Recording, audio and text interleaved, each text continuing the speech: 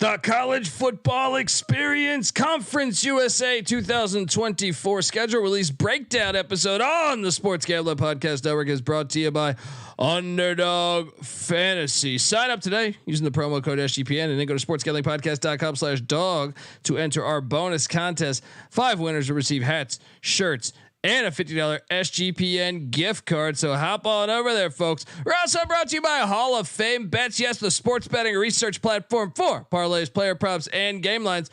Download the Hall of Fame Bets app or visit HOFBets.com. Use that promo code SGPN. You get 50% off your first month and start making smarter bets today, people. And remember, as always, folks, too, let it ride. Hey everybody, Joe Theismann here. You're listening to SGPN. So do this, let it ride.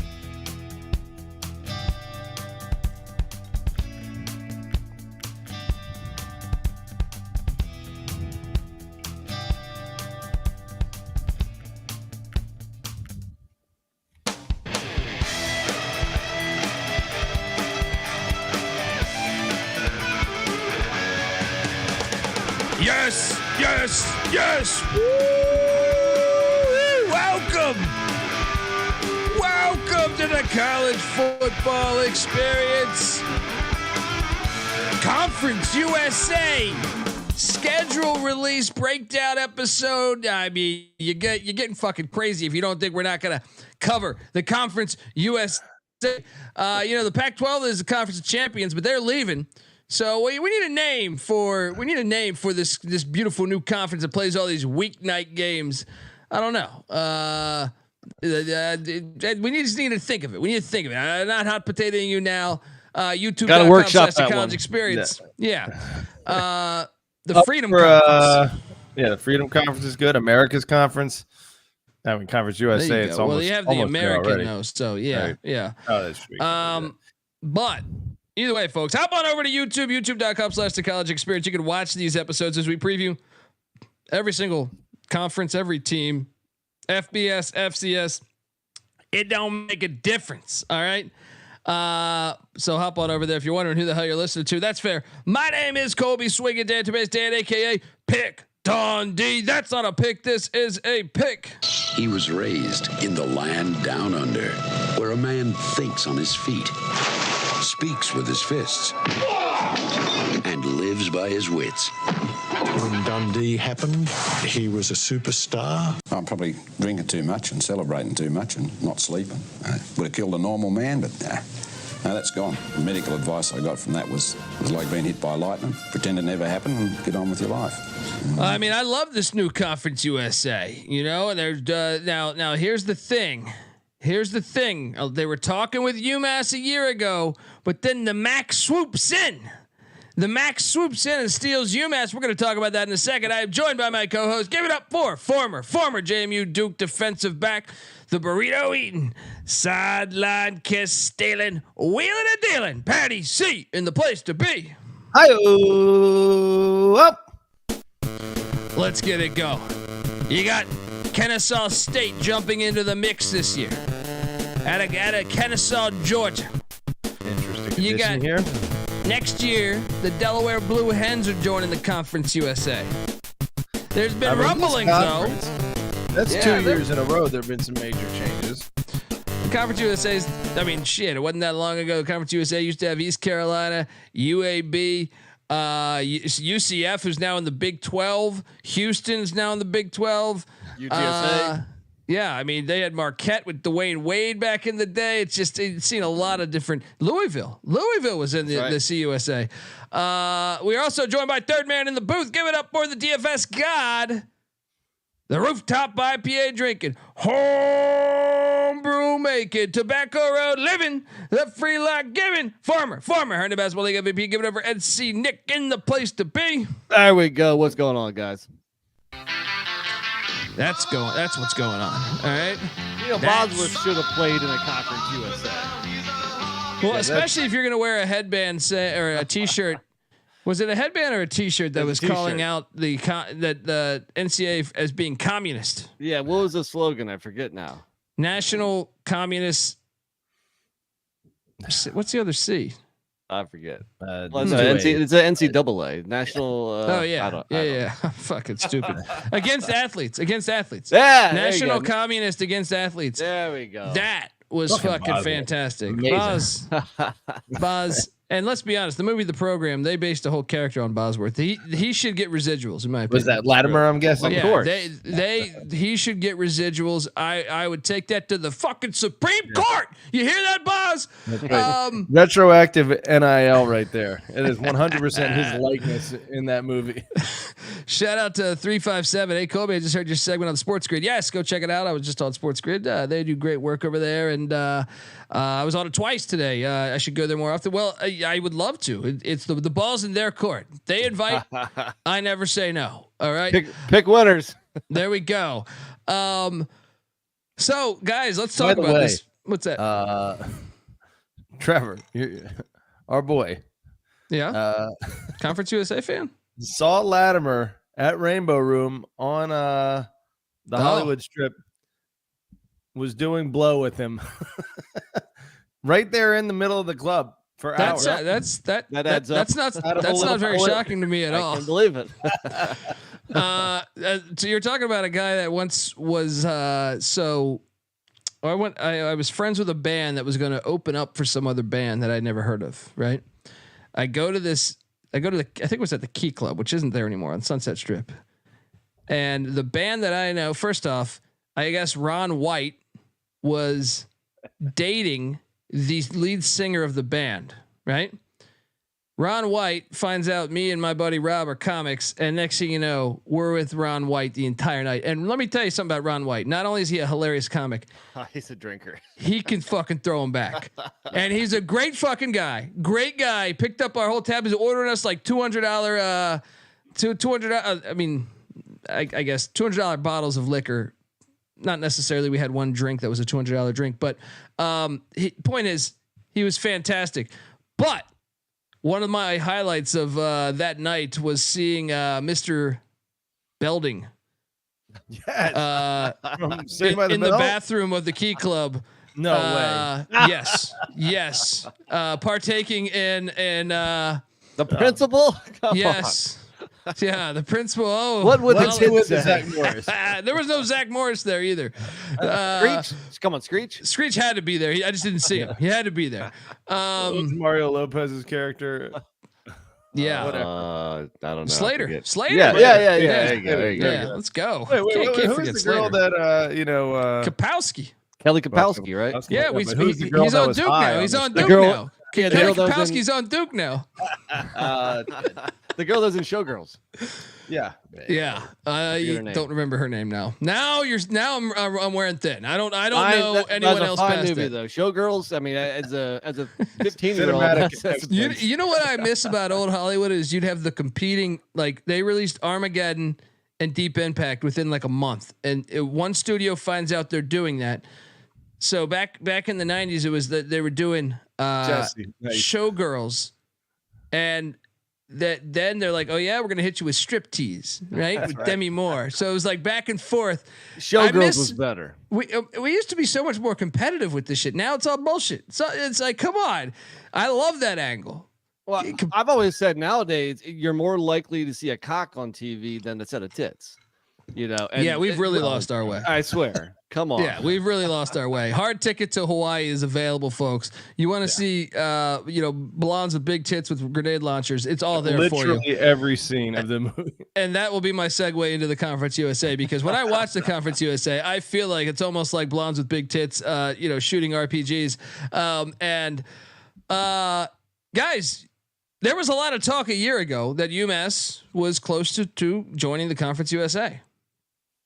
And then the news came out over the past 5 days. The MAC just slides right in and steals Conference USA, steals UMass. Now, what's interesting about this was Western Kentucky was super close to joining the MAC, but they had a deal saying, hey, 100 miles of hate rivalry, we're trying to preserve that. Middle Tennessee, if you should come with us. And Middle Tennessee's like, no. And they won't go without Middle Tennessee, right? But by the MAC grabbing UMass, I guess I want to ask you your thoughts. Was that a whiff by the Conference USA? But also, you have this thing of now they're at 11 teams. There's reports now that they want to jump to 14, not 12, 14. So everyone's sitting back saying, "Wait, I've heard rumblings of North Dakota State, South Dakota State, Illinois State, but I've also heard rumblings that 2 of those teams are Western Kentucky and potentially Middle Tennessee." I'm just curious on all of that. NC Nick, your thoughts on UMass, and then what I just said about if it is the other 2, the 100 miles of hate coming to the MAC potentially. That would really solidify the MAC. I mean, that would the MAC football right now. I mean, we like it because of MACtion and all the weekday games. But Conference USA is kind of they're kind of doing that now too. So usually in November, MACtion starts. Well, Conference USA says, "All right, we're going to basically do the same thing, but in October." I think it's like fantastic. This is what it's like. Mid majors. This is like striptease and showgirls. Conference USA Exactly. is striptease. MAC is showgirls or whatever one. You know this is a Conference USA episode. So let's say showgirls was I'd argue that the MAC is better right now. So I think I'd say the MAC is showgirls. You know, and Based on also, what Liberty went to before. a New Year's 6. True, but Burt Reynolds was in striptease, right? And Burt Reynolds he's more of a Southern guy. And Ving Rhames. Burt Reynolds is more of a Southern guy. I see him more in Conference USA. Burt Reynolds played football for Florida State. That's right. There you go. Not too Lee far away Corso's from roommate. FIU, the airport. There you go. There you go. So pretty what do you far. I mean, pretty far. The whole state, but so what do you think what do you think about UMass? Essentially, you know, we got Delaware coming to the CUSA next year. That puts them at an odd number. A lot of people thought it was going to be UMass being the 12th team. Now, like I've heard reports that the Conference USA might look at Tarleton State. I don't know. I mean, are they going to try to grab UConn? I don't know. UConn seems pretty content being independent. I can't see how UMass was that desirable from a football standpoint. I mean, they've been god awful. It doesn't fit anywhere near in their geographical footprint. I think there's a contiguous connection there now with Buffalo in. I was talking about conference. I was talking about conference. Yeah, Conference USA. Yeah, okay. Yeah, geographically it fits a little bit better with the MAC. But I mean, why was everybody rushing to get UMass? Is it just a numbers game? Or are they just trying to get probably more games, more product? But I mean, they're already at the scholarship level, and I mean. I don't know. I mean, I know we make fun of UMass all the time, but it wasn't that long ago that they played for the FCS national championship. So maybe there's that. They're angle. one of a few teams that never really succeeded at the FBS level shortly after a solid FBS a lot of that though was that when they jumped up, they were in the MAC originally for a couple years, and they got their ass whooped in the MAC. But that's because their coaching hire was terrible there. When they had, who was the OC that Narduzzi fired? I'm drawing a blank on his name. Kenny Whipple. Pickett's dude, when they had Whipple, I would argue that team was way better than 4-8 every year. They go 4-8 every year, but they're playing like 4 SEC teams every year. So it was like their independent schedule was so. Dude, if they were in the MAC back then, I really feel like they would have potentially played for MAC championships and been bowling every year at least. Because they Andy Isabella, that wide receiver for the Cardinals, they were firing that ball all over the field. But I mean, does UMass add value? Obviously, basketball. I mean, shit. Yeah, I mean, basketball helps. Yeah, sure. Frank Martin's having a great second year at UMass. You know, in the history, obviously, Dr. J played there, and then Final Four with Marcus Camby in the late '90s. I don't know. What do you think? This is you're not worried if you're a Conference USA fan? Are you bummed that you didn't get UMass? I'm not. I like what the Conference USA is doing. I like the additions of Jacksonville State, Sam Houston. I like Kennesaw State, and who's coming to next year again? I forget. You just mentioned Delaware. Yeah. I kind of like the a little bit of a regionality going on there. And these teams are I think that they're all putting football first. I mean, some of those teams have decent basketball programs, but I think they're football first. So I kind of like their additions of late, even though they've lost some of their biggest teams. And the fact that they're playing weekday games, I had a blast watching Conference USA last year. You know, in most years, it's very rare to catch any Conference USA games, but they were playing Monday and Tuesday and Wednesday in October. We got to know a lot of the players. The games were interesting and exciting, some of them, and we got to bet on them. So I enjoyed the top end of the Conference USA last year. I'll be honest, like it was surprised me, and Sam Houston. No, I enjoyed, Sam even Houston though they were was terrible. awful, but they were in every game. I feel like they lost by 2 every game. So it was a fun. And New Mexico State, Jerry Kill, Liberty, New Mexico State, Jacksonville State. And then Sam Houston, I guess you could say maybe Western Kentucky. I wasn't super up on them, but the other 3 I watched a lot. I had a lot of fun with them and Sam Houston as well. Yeah. And then you throw in Middle Tennessee, who could always get up and give one of those guys a big game. And Western Kentucky, not as good as the previous couple of years, but they were still a good program. Won 8 games last year, so I had fun watching it. I'm looking forward to watching more this year.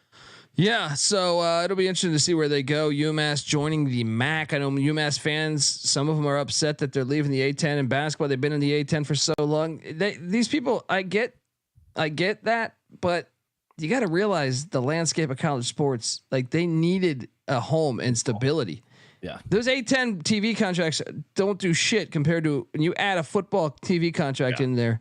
UMass will be able to get a lot and stability, because if there's this big breakaway that people are talking about that's coming in college football, you being attached to the MAC or the CUSA, I think is a big step where you won't get left behind. Kind of unrelated, but in the chat, Dark Sage, speaking of an independent that staying independent for now, at least Notre Dame. Yeah, it's so much different though, Notre Dame compared to UConn or UMass. Dark Sage thinks Notre Dame might join the ACC if Florida State and Clemson depart. We're probably not going to get into that this podcast, but I'd be surprised. I don't think Notre Dame's going to join the ACC. I think if they join anybody, I think UConn could. If Notre Dame and Clemson can't pressure Notre Dame in, then the ACC without Notre Dame and Clemson, or without Florida State and Clemson, aren't going to Notre Dame to join. I don't think there's enough money for Notre Dame. They'd take a pay cut, unless they had some like sweetheart Texas deal, But as far as like UConn to the ACC, this is one where you talk to UConn basketball fans and they're like, no, the Big East is our blueprint. Right. I actually think they could sell them on the idea though that you would still be playing Pitt, Boston College, Syracuse, that are old Big East, and Louisville used to be in the Big East, so you could sell that. Even Virginia Tech was in the Big East. UVA, I would have much preferred UConn over Cal, Stanford, or SMU. Ultimately, I understand why the ACC expanded west, but UConn would have been a much better fit. Yeah. Well, and that's actually a segue too. I think, of course, I think probably if you're a fan of your conference being bigger and having another brand at all, I mean, what do they have? 9 Conference USA, 9 teams last year. They're up to 11 this year. 10 this year, 11 next year. Yeah. Did they lose one as well? Who they lose? No. Oh, 11 next year. Kennesaw is this year. Delaware is the following year. Yeah. Okay. And then, so yeah, you're going to need to add teams if you're going to keep up in the arms race. A team like UMass that has, it's basically a state flagship school. Yeah, you'd like to have that. But again, Delaware is going to be the closest school from a regionality standpoint. So I think even though as a conference, if you're a Conference USA fan, you're mad. We as college football fans that prefer regionality see the MAC and that being more of a regional fit for UMass. We like that. I want the CUSA to get Eastern Kentucky. They've had aspirations of going D1 or FBS. If they lose Western Kentucky, perfect. Well, I would like both. Yeah. I like the 100 miles of hate, but then you have the directional Kentucky rivalry too. But I don't know. We'll see. Does Northern Kentucky have a football team? They don't, and you know what? I don't know why. They have a decent enrollment. George Clooney, his alma mater. Get some of that Clooney money. Yeah, what's that liquor George Clooney has? I mean, he's making fucking money hand over fist. He signed a $4 billion deal, I think it was, to sell his tequila company. What's it called again? Casamigos. It's great. I think it's really good tequila. But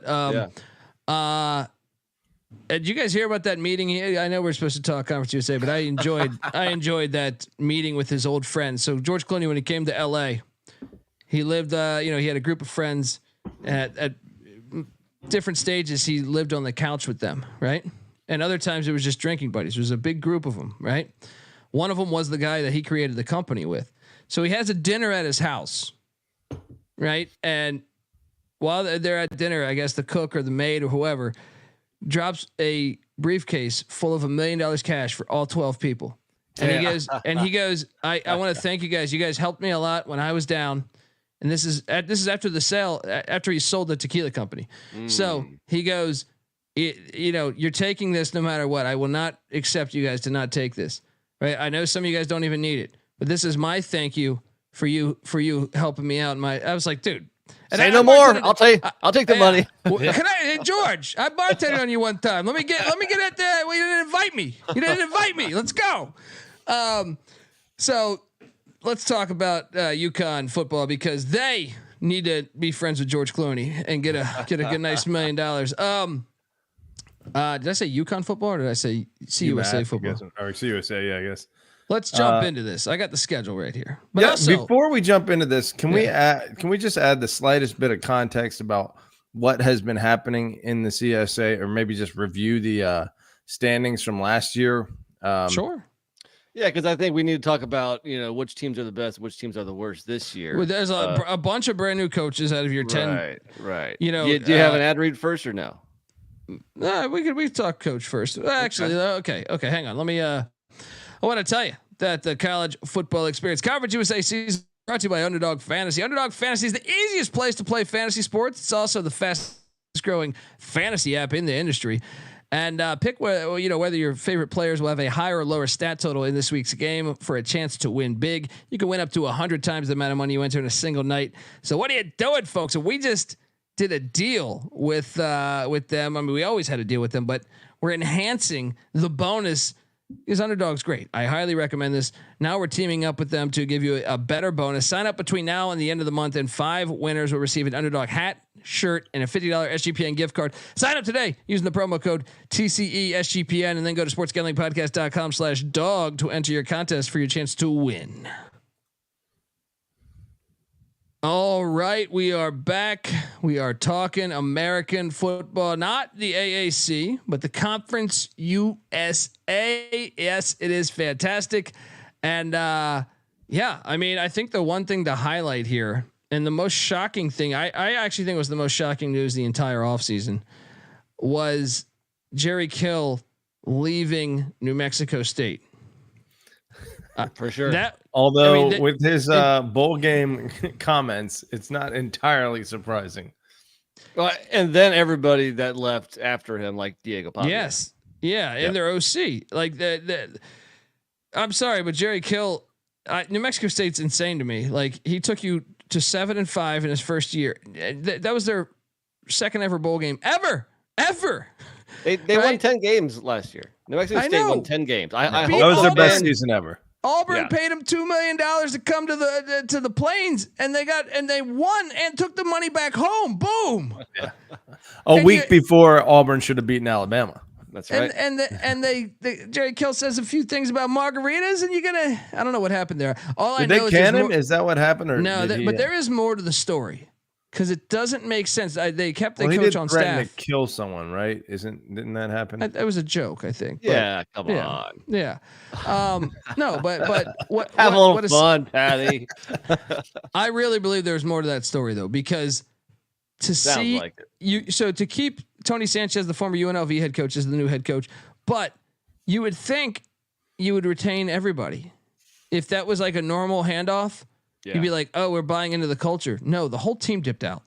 So something's up, in my opinion, in Las Cruces. And that's why, even though they finished second behind Liberty last year, they dropped significantly, at least middle of the pack, if not further. And that's what really hurts, though. I was really buying in. I was excited about. I want to see, obviously, New Mexico State.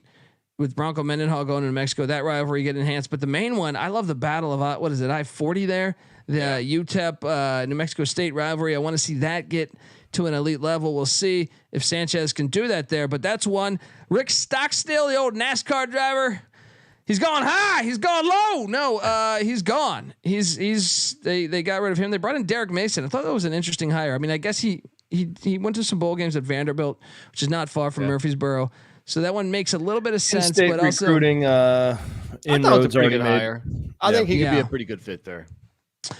Yeah, that's fair. And then also, Kennesaw State comes in and Brian Bohannon's their coach. He's 71-30. They just started their program like in the past 10 years, but he's done a pretty damn good job. They were now what's hilarious is I think he did the route of redshirting a bunch of guys. They were just 3-6 last year, right? You don't have to go that far back though. That they had 4 double-digit win seasons out of 5, and that 5th was a COVID year. They only played 5 games, so they probably would have had 5 out of 5. He's a 2-time Big South Coach of the Year, 3-time Big South champion.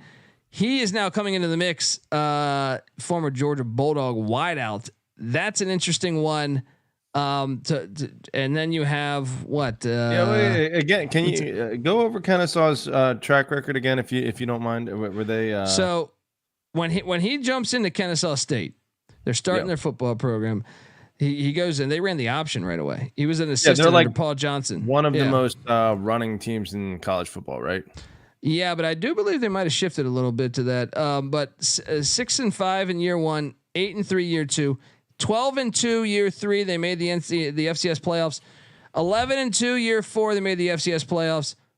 11-3 year 5, they made the FCS playoffs. Then you had a COVID year, they just went 4-1, didn't make the playoffs because they didn't win their conference. Then in 2021, 11-2 FCS playoffs. Then though, 2022, they joined the A-Sun. They jumped up from the Big South to the A-Sun. They went just 5-6, but then they announced that they were going to the FBS. And then last year, just 3-6.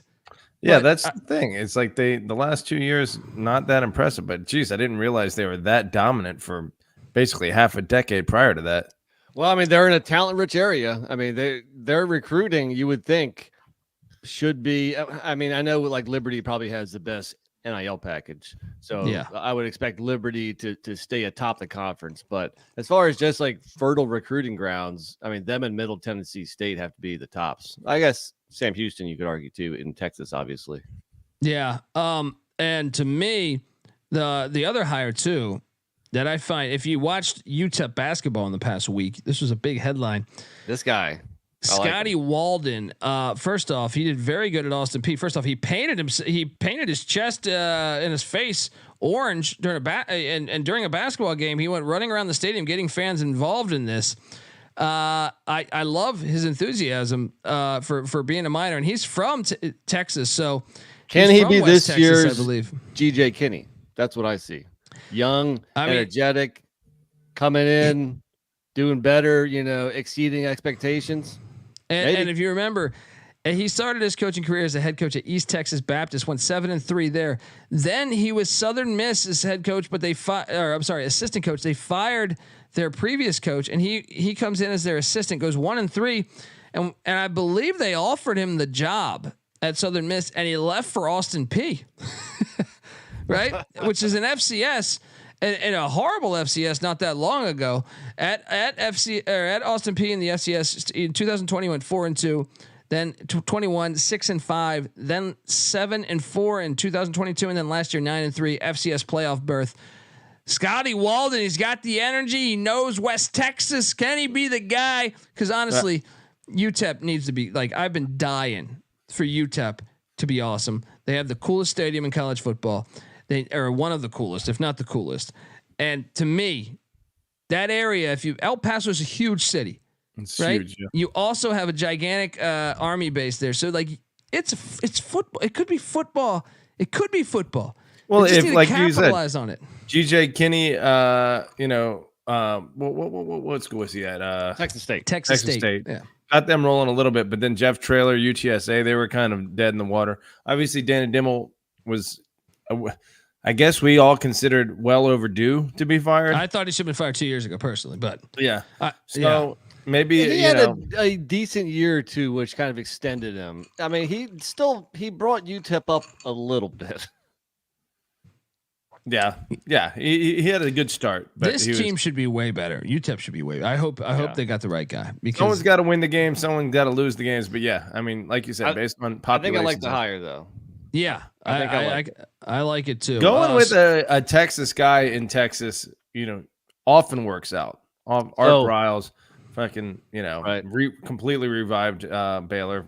So I mean, it happens. When we're looking at schedules, I like to look at maybe the top 2 or 3 teams and maybe the bottom 2 or 3 teams, and that way you can kind of gauge at least how hard their in-conference schedule is. Top of the conference, I think, is pretty damn easy. I think the 3 best teams are Liberty, Jacksonville State, and Western Kentucky. Is that unanimous? Yes. I would say, yeah. I mean, I am very intrigued to see a few Middle other Tennessee teams. and Western Kentucky are about on the same level. I still think Sam Houston's close. They could be. That coach was really good in the FCS. They lost a shit ton of close games. They lost a shit ton of close games. That offense won like 9, 10. Last year they dipped down a little bit, but they have stability. Middle Tennessee, I think you got to wait and see what the new coach does. So I find Middle Tennessee kind of middle of the pack right now. Sam Houston wasn't too far off, but they were still 3-9 overall last year and 2-6 in the conference. So could they? I just feel like they gave Liberty. They gave Liberty all they could handle. They gave a few teams that were really good. They really should have beat Liberty at Liberty. They should have won that game. Right. They had some ugly losses too, though. They did. And look, but he's been a coach for a long time, and to me, I just think he's going to have that program going. Let's jump into it. YouTube.com/The College Experience, and you can watch because we have the schedules up and loaded and ready to fire away here. Let's start with. Hold on, real quick. What do you think are the worst teams, like the bottom 2 or 3? FIU certainly. I would say Kennesaw jumping in, but I'll be honest. FIU went bowling 2 years ago, right? Or no? Yeah. They got 5 wins, 5-7, I think maybe. They went 1-7 in the conference last year. They got rated though, and that's the problem. Yeah. That's the problem, and I know Mike McIntyre's got a tough job there because all of their best players, like were paying, like some of them were really good as P5 players. We saw it with Maryland's wideout or Auburn's. I think Auburn had a D end. So you're kind of a farm system at FIU. I still think, maybe I don't. I mean, 2 years ago, like I said, they weren't nearly as bad as last year. Last year, they clearly looked really bad, right? We'll see what he can do this year. I think he's a very good coach. He's National Coach of the Year twice before, Colorado and at San Jose State. I think he's a good coach. Now, I'm not ready to say that they're going to be in the basement this year. Yeah, I mean, that's why I think the basement is really up for debate. I put FIU, UTEP, and Kennesaw at the bottom 3, but I think La Tech. They just fired their athletic director, right? So I mean, really? that athletic director is the same guy that fired Skip Holtzer. Basically, told him he didn't fire him. He said your contract's up. We don't want to. And he brought in Sonny Cumbie, thinking it would work out. And Sonny Cumbie and La Tech have been ass ever since he's been there. And ADs like to have a head coach that they hired. So Sonny Cumbie's time there might be very short lived unless they have a big year. I'm not sure. Did they fire their AD or did they get promoted? One of the two. I don't know. Let me say this: it's Liberty and it's everyone else. That's 100%. Yeah, 100%. 100%. I think. Well, Rich Rod. A lot of people thought Rich Rod was going to leave. Nobody came calling. I guess. I mean, I think Jacksonville State is a clear. They're a player, and Western Kentucky. Dude, over the last 3 years, Western Kentucky probably has like fucking 30 wins. Still. Yeah. Still, Liberty on a different level entirely. Well, I mean, I think you saw when they, especially Caden Salter. Yeah, Caden Salter hit the portal. But let's jump into this. Florida International, the airport. I even put a little airport down there in the bottom right hand corner. You see what I did there? YouTube.com/The College Experience. The airport. Look, Mike McIntyre's got I had this as the 7th rated schedule. So if anything, I do think if you're a fan of FIU, this could be a year you could surprise because and by 7th ranked, you're talking like number 1 is the hardest and number 10 is the easiest. Yes. So I was close. I had them at 8, Colby. Okay. So the logic here is this: the non-con and the fact that they don't play Western. So everyone misses one team. We have 10 teams. We need to talk about that shit. Have a 9-game conference schedule and everybody plays everybody. Yeah. Major miss. Yeah. But this is them wanting to get paid. Yeah, true. Because they're thinking, hey, they're the opposite of like the SEC. Like they do the 8-game schedule in order to play big names, whereas the SEC does the 8-game schedule to play. I mean, basically they do it to play each other. They sacrifice one conference game so they can Conference USA can get a payday and SEC can get a win. The only problem with that comment is look at FIU's non-con. That's true. But I can tell you, I love the FAU game on the schedule. Let me rattle it off. The non-con is at Indiana, home to Central Michigan, at Florida Atlantic, and home to Monmouth, who's actually a decent FCS. So The first 4 games, they play their entire non-con. I like FAU on the schedule though. That's one that was probably on the schedule for years before because they were both in the CUSA. Yeah, and they're rivals, and they said, "Let's make this work." I like that game on the schedule, right? But yes, I was. To me, it was one of the lighter non-con schedules in the whole conference. I had it as the eighth, and you're getting Indiana. That's something that's interesting. You're getting Indiana in their first game, bringing in Signetti from JMU. That's a great spot to get them. And then after that, sure, they're going to be dogs in all of those games, and Monmouth can even give them a game. Now, I do like them getting La Tech at home. So conference play starts week 5, home to La Tech, then a bye week, then at Liberty, then at UTEP, versus Sam Houston State, then at home there, and then at home against New Mexico State, then another bye, and then at Jacksonville State, at Kennesaw State, then home to Middle Tennessee. They play 6 away games, but like I said, they avoid Western Kentucky, which is one of the ones you want to avoid. That's why I thought it was one of the easier in the CUSA, despite me looking at this and saying they're going to be dogs. And I honestly think they'll be dogs in probably everything, but maybe 3 games, 2 to 3 games, right? Well, Patty C always says when you're a bad team, you might as well have the really hard games at home. I'm sorry, on the road. Yeah. The opposite, right? Because you're not going to win those. So you want the 50-50 games at home, which maybe gives you an edge. So usually when I see at Liberty, at Jacksonville State, I'm like, man, that's fucking brutal. Even though they missed Western Kentucky, that is pretty brutal right there. But you might as well just chalk those up as losses and get some of those, because a lot of these games are 50-50, I'd say. I mean, FIU might be a dog, but they're probably not going to be a big dog. So it's a pretty nice schedule. I mean, I'll be honest. It wouldn't shock me if they beat Central Michigan week 2. I mean, I could, if you want to build a optimism, if you're an FIU fan, they could beat Indiana week 1. Yeah, go ahead. Paint us a pretty picture to start this schedule, because I agree. I'm not going to give them the Indiana one. I'll say Central Michigan week 2, Monmouth week 4, La Tech week 5. Florida Atlantic was 4-8. 4-8. Florida Atlantic. Herman in year 2, and I actually think like they were gonna be better before Casey Thompson got out for the year. 3-2. Okay, I think that's totally reasonable. Yeah, and then they get a bye week at Liberty, loss at UTEP. Who knows? That's winnable. You know what I mean? This is Scotty Walden's first year there. For sure, it's winnable. Then home to Sam Houston State. I mean, I know I just said great things about Sam Houston State. Sam Houston State had a knack for losing games. They were up every half. I feel like Sam Houston State had a lead at half, probably at 8 of their 12 games last year. Home to New Mexico State, which, like I said, I expect a big drop off. I think NC Nick expects a big drop off. I think that's winnable. Sure. A bye game at Jacksonville State, loss. At Kennesaw, I'm so intrigued by that, because at least you get Rich Rod's speed option stuff, but because Kennesaw, with their heavy rush attack, now it's not as heavy as it used to be, but still I find it intriguing.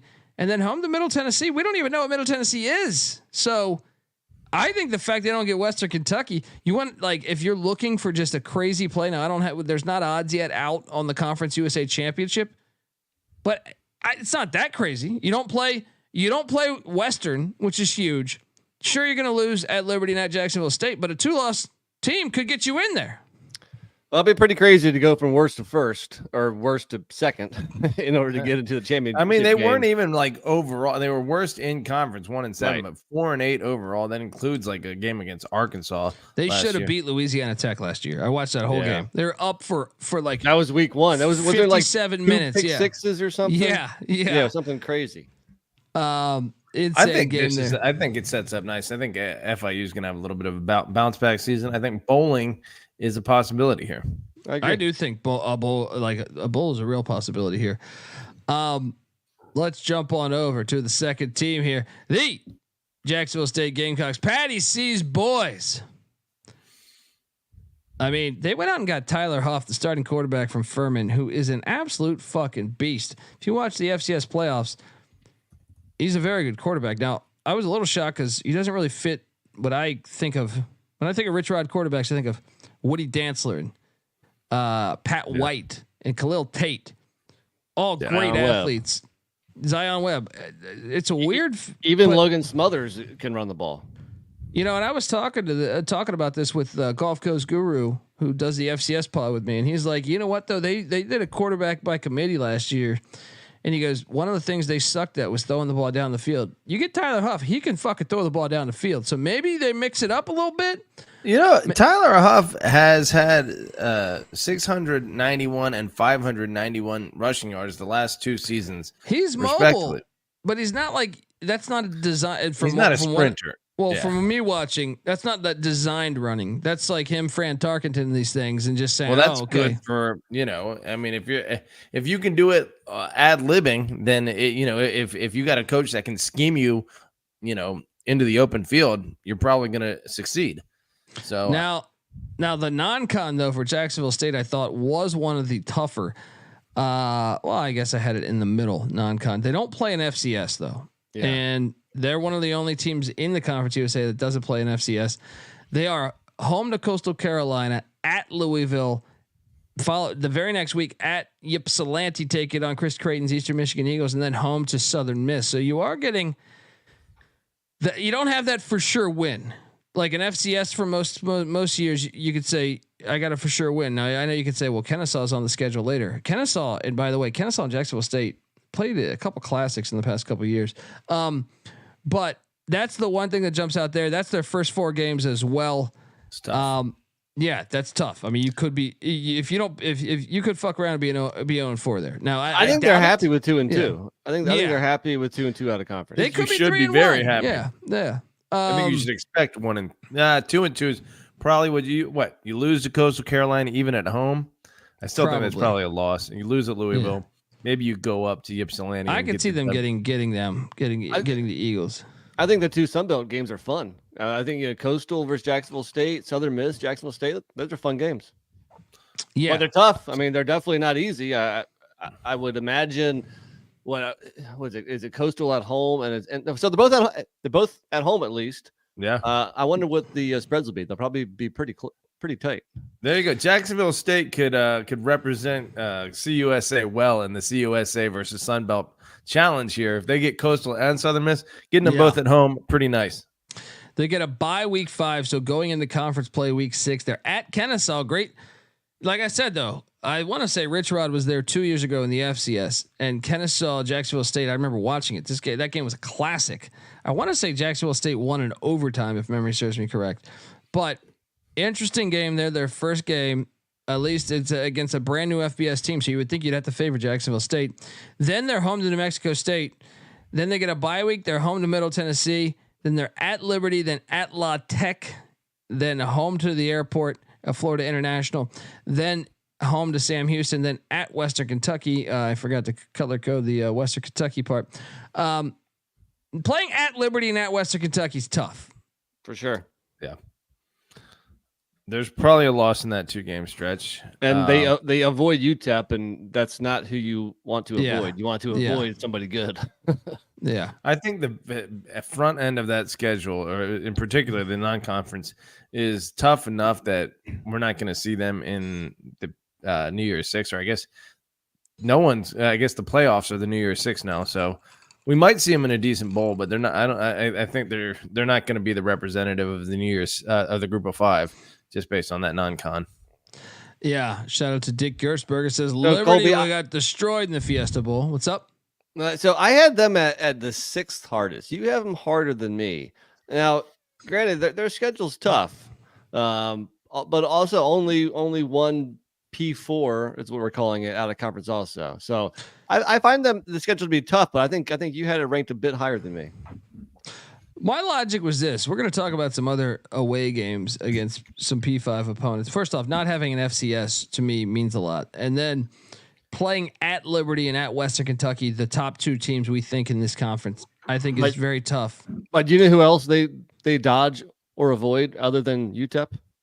Themselves. True. So for somebody I had New Mexico State slightly harder than Jacksonville State because they had to play Jacksonville State. So often that's why you'll see, the bad teams or the middle teams have tougher schedules because, they have to play all the tough teams, where obviously Jacksonville State can't play themselves. I'm not sure if I have to mention that, but but I think the real worth thing pointing out to our listeners, you definitely I just think there's still a chance you can go 0-4 in the non-con.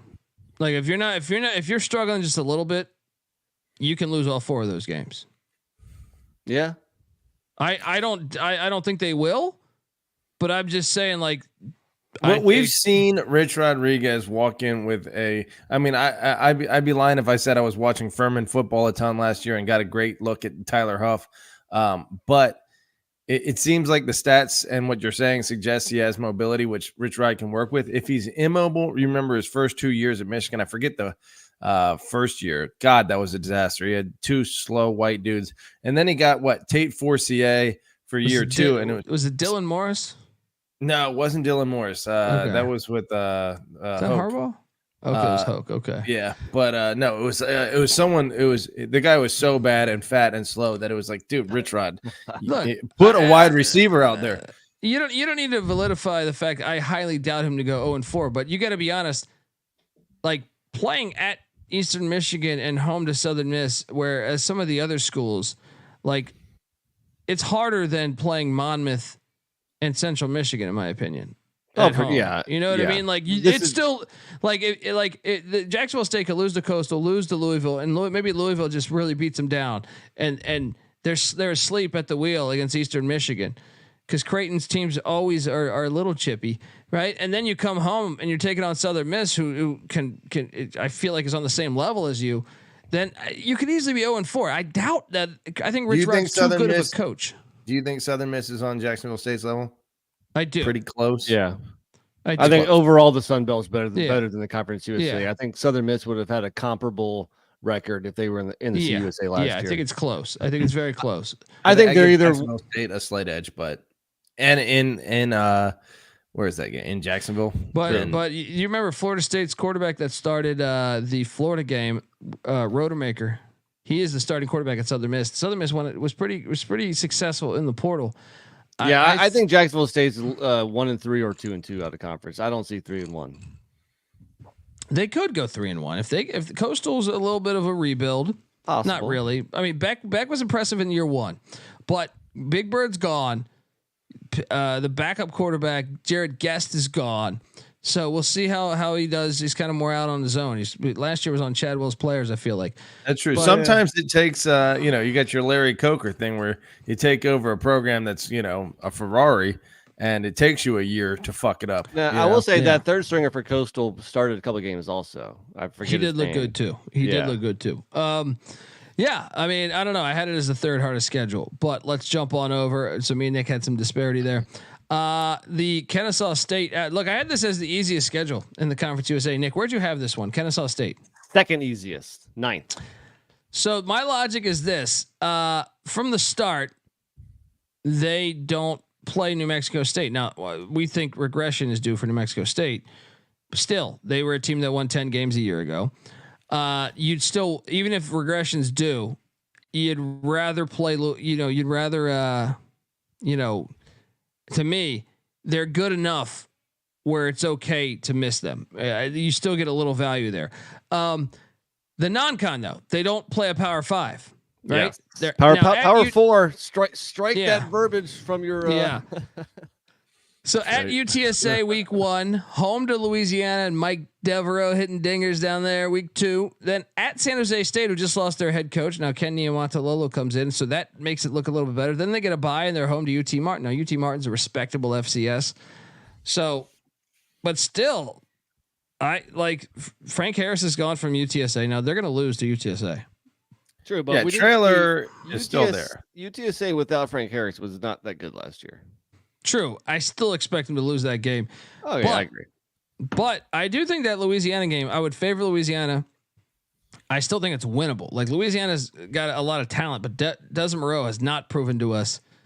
And that Louisiana's that's Kennesaw's first ever game in the FBS, a home game. I'm sure it's going to be packed. Well, then I was going to say, what's their crowd like? Because remember, was it last year, the first game at Jacksonville State? It's like, the crowd's not that crazy. Like I saw a lot of empty seats still. Yeah, that was week 0, I think.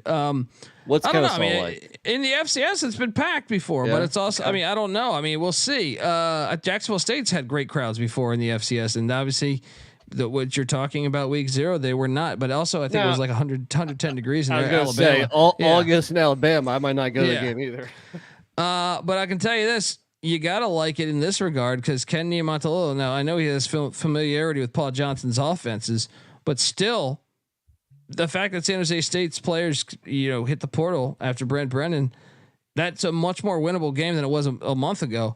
And then you get a bye week, then you're home to UT Martin. I mean, they could go 3-1 in the non-con. I don't expect it, but it wouldn't shock me. Then conference play is home to Jacksonville State, bye week at Middle Tennessee, which once again, they're kind of a mystery team. Home to Liberty, at Western Kentucky. Now it's tough getting the top 2 teams back to back. Then at UTEP, then home to Sam Houston State, then home to the airport, Florida International, and then at La Tech. When they could, I like the fact they get La Tech week 14 because Sonny Cumbie could be fired. Oh, they could finish strong. They could go. They can't go bowling, but they could go bowling if you know what I mean. Like if they have the same qualifications with the JMU angle. Yeah, I think that's a little generous, just because I think UTSA is clearly a better team. I think going out to California is going to be tough. Jacksonville State's probably better, so I think 2 and 3 is probably the best you can really hope for. You can't tell me, to me, they could win in Murfreesboro. They could win in El Paso. Those are first year coaches. That's why this conference is going to be fun because nobody really knows. Now, if you look at the 2 new FBS teams last year, Jacksonville State ended up going 9-4. Sam Houston went 3-9. My guess is that Kennesaw's final record is closer to Sam Houston's than Jacksonville State. Sam Houston passed the eye test, though, man. Like I said, that was not defensively they did. Offensively, they did not. The offense was a challenge. True. They scored 6 points in the first 6 weeks of the season. But dude, they were in every fucking. Like I said, I would love to know the halftime lead situation. I got to do a deep dive on right that. off the bat. They lost 2 overtime games, and those overtime games were to Jacksonville State and to FIU. And that Liberty game, they were right there. They should have. They were better that day. They were driving. I would argue that all day. They missed a field goal. Well, no, I think they ended up losing by 5. I thought they had the ball in the red zone. Oh yeah, that's what it was at the one. Waning seconds. At the one, and then they didn't get it in. It was a goal line stand.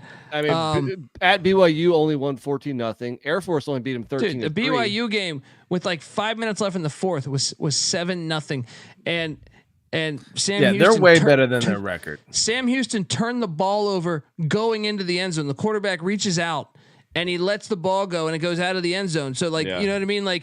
They were right fucking there. I'm telling you, I think they're a legit contender in the. I mean, Liberty is a big gap. And then if I had a second team, you'd have to say Western Kentucky. But I do believe Sam Houston is way better than what their final record was. Yeah, I agree. Kennesaw State, black and yellow. App State, black and yellow. Southern Miss, black and yellow. I feel like those that generally, if we're questioning the crowd, black and yellow teams typically have hornet nest atmospheres. It's a very stupid comment, but very scientific breakdown there. Pittsburgh Steelers, I like Pittsburgh I'm a Steelers Steelers fan. Yeah, that's true. I don't know. It's going to be fascinating to see how they do in year 1 in the FBS. But obviously, I had it as the easiest schedule just because they don't play a Power 5 in the non-con. You avoid New Mexico State, who was a 10-win team a year ago, even though I think we both think they're going to have regression. I just think it's a nice schedule for them. We'll see. We'll see how it shakes out. Let's jump to the next team. Let's go to the Flamin' Libs, aka the Liberty Flames. Jamie Chadwell's been outspoken about this. I had this as the second easiest schedule in the Conference USA, but it's not to their detriment there in a way. He says no one wants to schedule them. And this is where it gets shitty, in my opinion. You look at the shitty teams in the Conference USA.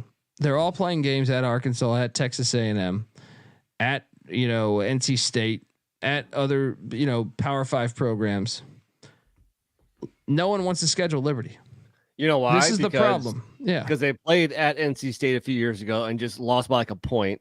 They who'd they play at Arkansas? They beat Virginia Tech twice, I think. Right? They beat Virginia Tech twice. Was it? You're talking about ODU or Liberty? No, Liberty did. I remember watching did also? Okay. with Malik Willis. They beat. I remember they at won in least once I That Blacksburg. last second Yeah. field goal that Tech Yeah. missed, I think. Yeah. Who was the SEC opponent they played close? Was it Arkansas? Did I they don't know. get South Carolina? Maybe. What did they play against Arkansas? Yeah, I think they played Arkansas. No, they Some of beat that. Arkansas. They won in Right. Fayetteville. They won Yeah. in Fayetteville. Yeah. That's why nobody wants to play him. But it's unfortunate. Yeah. They're a good team. Well, I understand Jamie Chadwell's problem is because, but this is what people need to pay attention to because it's completely. They're going to say, I guarantee you, next year around November when Liberty's undefeated, they're going to say they've played nobody, but no one wants to schedule them. Right. No Yeah. one wants to schedule them. So A couple more. They lost at Wake Forest by 1 point. The one other Virginia Tech game at home, they lost by 1 point. So that was the two Virginia Tech games. They beat them in Blacksburg and lost by 1 point. That year is they went into Arkansas, won 21-19 in 2022. You know what they should have, and they should probably have this in college basketball. Official requests during the scheduling. There should be like a whatever, like because I hate the fucking excuse. Oh, they schedule these things 10 years in advance. You never know, and then sometimes you're scheduling Yeah. in that offseason. And There's that's more. bullshit. You know that's bullshit because they schedule UMass and New Mexico State when New Mexico State was independent on the fly every year. The SEC teams would do that. There's more too, guys. Back in 2021, lost to Syracuse at Syracuse by 3, lost at Ole Miss by 13. I mean, these are not gimme games. Yeah, Liberty's whatsoever. been like I saw someone post this over the last 4 seasons. They've averaged 10 wins. They're a fucking legit program. You know, they against Oregon, but didn't I feel like USC got rolled by, or a lot of teams got rolled by Oregon last year. Getting whooped by Oregon. I mean, there's no shame in that. Yeah, and they're just building this. They were a fucking D3 program not that long ago. They were barely in the FCS. You know what I mean? What So I'm it's saying like- is this: there needs to be like the official, like I am requesting 3 quad 1 games or whatever. I'm officially requesting 3 Power 5 games. And then the Power 5 teams, if they fucking say no and no one picks up that offer, then they should still get credit still for get that. the credit. I agree. That would be fantastic. I never thought about something like that because I like I said, I've seen a couple of headlines this offseason saying no one wants to play us. We had to schedule deals. We had to schedule games against UMass because no one wants to fucking play us. Yeah. So it's like, what are we going to Make do? the scheduling a lot Yeah. more transparent. You will that play process. a couple of North Carolina schools that are near and dear to Colby and my heart. And Well, that's because they have guts. Those Right. universities have guts. those, right? those two universities will play anybody. Yeah, and that's why you got to respect them, and that's why But it's a damn shame. It's a damn shame to me because Liberty, obviously, they were great last year. Yes, they got killed by Oregon, but okay, they've been building this thing, and the track record says, that I mean, shit. I made a case that Oregon deserved to be in the playoffs over Alabama, and I would still stand by that. The Flamin' Libs, I think are going to be undefeated probably. When you look at the schedule, to me the non-con, you do have to love the non-con with Campbell in there, but Campbell's replacing Mike Minter, and they're getting Mike Minter in his first. They're getting the new head coach without Mike Minter. Game 1, so they're going to beat the Fighting Camels. The next non-con game is week 4 when they're home to East Carolina. Then week 5 at Appalachian State. There we go. And then week 12 they're at UMass. So I mean that non-con is pretty shitty. Yeah. But that State game is maybe for a playoff berth right there. Yeah, That's awesome. True, but no P4s, and you could kind of argue 2 FCS because UMass is at the level of an FCS. Yeah. If anything, Campbell might have more actual a higher recruiting. I think they do have a higher recruiting. Why did Minter leave? I thought he was doing all right there. Well, he was recruiting his ass off there, but they just weren't winning enough games, and he resigned. They didn't fire him. He resigned. Haj Malik Williams transferred to UNLV, their star quarterback. I don't know. It just wasn't working out. They weren't winning enough games. So Getting ECU at home, getting Jacksonville State at home, and getting Western Kentucky at home means that this team is probably going at worst 11-1, and that App State game. I'll say like at worst 10-2. Hang on. Let me read the conference schedule here. So this is their full schedule actually. Let me just go because theirs is not structured like the other ones. Home to Campbell, at New Mexico State week 2, home to UTEP week 3, home to East Carolina week 4, at Appalachian State and Boone week 5, then a bye week, then home to the airport. I don't like how they have 2 bye weeks in 3 weeks. Home to the airport week 7, then another bye week, then at Kennesaw State week 9, week 10 home to Jacksonville State, week 11 in Murfreesboro at Middle Tennessee, week 12 at UMass, where I mean it could be really cold by then, and then week 13 home to Western Kentucky, week 14 at Sam Houston. See, I when I see the Sam Houston game after last season, I can't just say they're gonna just walk into Sam Houston State and fuck them up. Agreed. I can't say that one. So I think the floor is probably 10-2 to me. You know what I mean? Like I just think App State, ECU, Jacksonville State, Western Kentucky, and Sam Houston could all catch them. Yeah. Now, I highly doubt that they'll lose all 5 of those. I think they're 10-2, 11-1, maybe even 12-0. I agree. I think I agree too. But it's completely unfortunate that they have the 9th easiest schedule in the Conference USA. Yeah, because you want to see them go up against better competition to see how they stack up, and not one Power 5. And here's what's crazy: they avoid Louisiana Tech, which to me might be the worst team in the CUSA. So they're playing the best of the CUSA schedule, and it's still the 9th easiest. And I guess I got to mention it again: they can't play themselves. Yeah, yeah.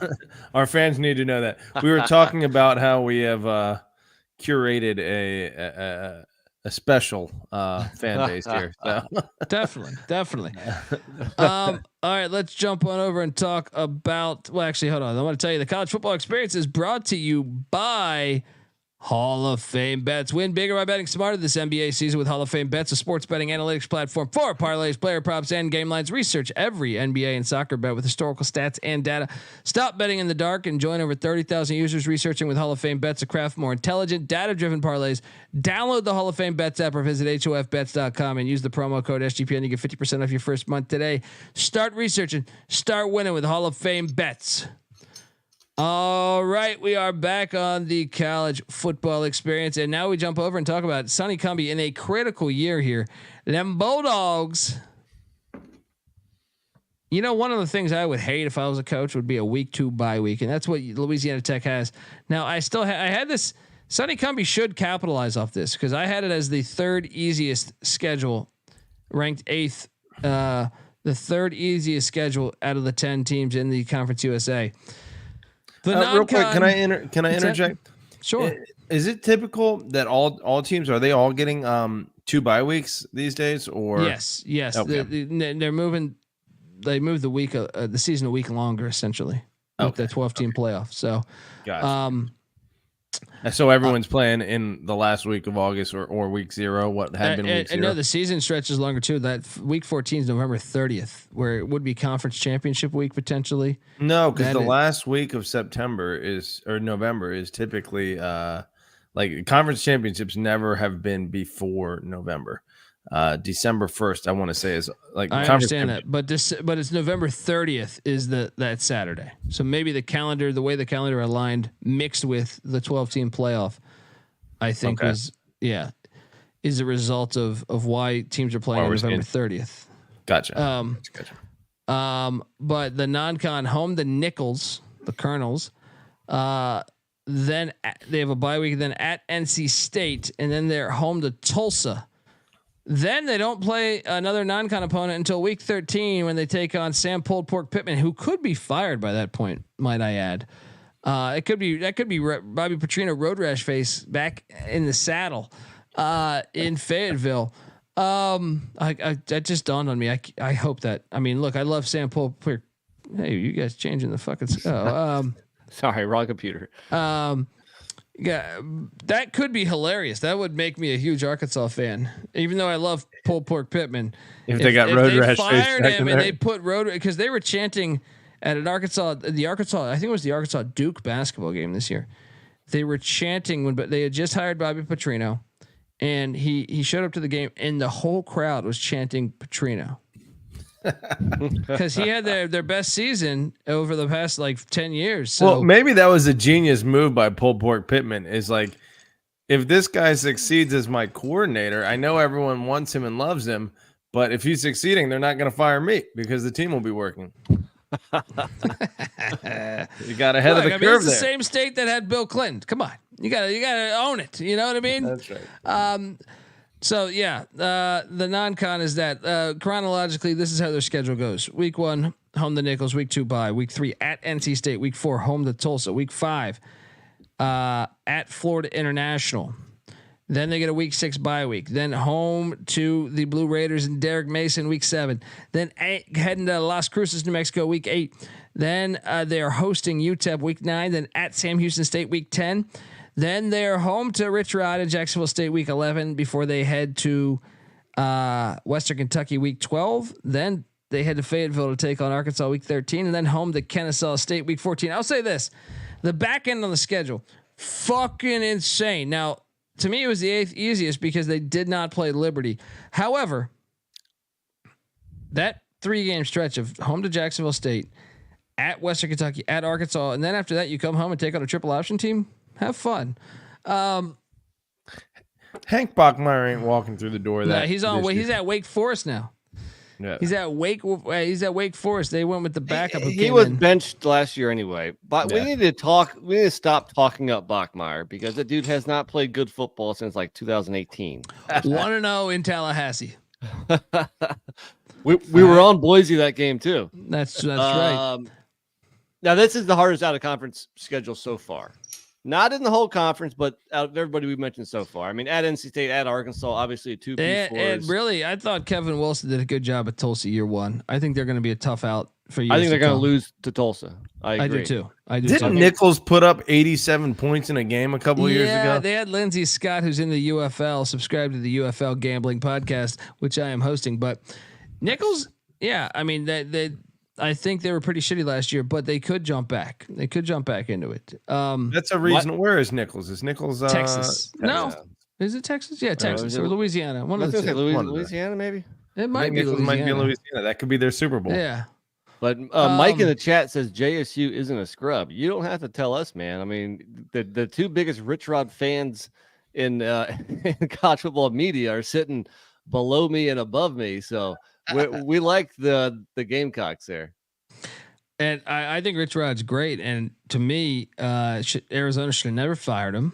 Obviously, Arizona had a great year last year, but they went through tough years with the Sumlin years. Rich Rod is good for college football. Yeah, I mean, look, do you think Sonny Cummings going to make it through the year, Nick? This is year 3, I want to say, right? Yeah, 3. Nichols is Louisiana, by the way. Jonathan's saying that's my hometown. Dude, with the new AD, that is very questionable. I would say if he still had the AD that hired him, maybe he gets through. But I don't see La Tech being that good this year, so he could be fired. Sure. Yeah, when I look at it, where's the pivotal game on that schedule? Florida Internet week 5. Look, Florida International should have beat them last year. They were up 99% of that game. To me, if you open up 1-3 by then, going into your bye week, your seat's cooking. Oh, you better get those wins in early because they're gonna be hard to come by late. Yeah. So Tomas in the chat says Arkansas is going to take an L. That is hilarious about this. Is Arkansas could fire Pittman by then. You could have a true situation where, what's the buy-in with the Razorbacks week 13? But I doubt it. But maybe if Skip Holtz was still there, he could walk into Arkansas and get a W. But Sonny Cummings going to be fired by then. I honestly look when I look at the last 5 games. I think getting Kennesaw after playing the body blow of Arkansas is brutal. Because Kennesaw runs that wacky ass offense, which I love. It's just a bad spot to catch Kennesaw. You'd rather catch Kennesaw anywhere else. And then, like I said, before that, you're in Bowling Green, Kentucky. It's the Tops. You have Rich Rod, and then you're at Sam Houston at the Bear Claw. The Bear Claw can get you year 2. I'm telling you. We already talked about Kennesaw. They're likely to have a little bit of a rough start to their FBS tenure, and the back end of their schedule, is a little forgiving. So maybe they get it rolling, which is kind of what they should expect. They should, they're a new program. Okay, year one is a little rough, but we get some momentum by the end of the year. Meanwhile, Louisiana Tech gets beat up in the back half of their schedule, and Kennesaw State rather is ready to get that signature win to end the season. But potentially. Next up, we go to the Blue Raiders of Middle Tennessee. I'm so curious. See, they got rid of Rick Stockstill, which I get it. The fans were calling for this. I don't understand why they were calling for it, because I think Rick Stockstill is a very good coach. But it kind of gotten stale there too, though. 2 years ago, he won at Miami. They paid you cannot tell me. Yeah, but what was their record that year, though? Their record was like 3-9 that year, wasn't it? No, I think they made a bowl. Am I thinking that? Okay, so I think they made a bowl. Okay, you're right. The year they beat Miami, they went 7-5. All right. Yeah, they are the epitome of a directional school. 7-5 should be like close to the ceiling of expectations. I all I could say is like the Derek Mason hire. I understand the Vanderbilt side of it. Like, he was in Nashville. I just thought, if you're gonna fire Stockstill, who's a proven guy to get you to a bowl game, you go for the jugular, and you go for a, GJ Kinney. You go for a youth movement, cutting edge coach. To go for Derek Mason, which I'm like, wait a second. So you're just going to a defensive coach that kind of, I don't want to say Derek Mason was horrible at Vandy, because he got into a couple bowl games, but I just don't like Stockstill was getting you to bowl games 7 out of 8 years. I feel like, what's crazy too? Last year did not go as planned. They were just 4-8. They had 1-score losses to Missouri, Liberty, Missouri, who beat Ohio State in the bowl game. Yeah, one-score road losses to Missouri, Liberty, and New Mexico State. That is one of the better teams in the SEC, and then the two teams that played in the Conference USA Championship. See, how close is Murfreesboro to Auburn? Or is there a lot of spillover from Auburn in terms of insane ass fans that have expectations through the roof? Yeah, well, Mike Stock's contract was insane. Plus, he wasn't winning enough games. But to me, I understand that move. If you're going with this crazy youth, like if you're going with this young cutting edge coach, if you're taking a shot, I understand it. But then to do an older coach and Derek Mason, I'm a bit confused, to me, of the hire. A defensive coach too, and Stockstill. Mason's not that old. Now he's been around. He was at Stanford for a while. Mason followed up Franklin at Vandy, right?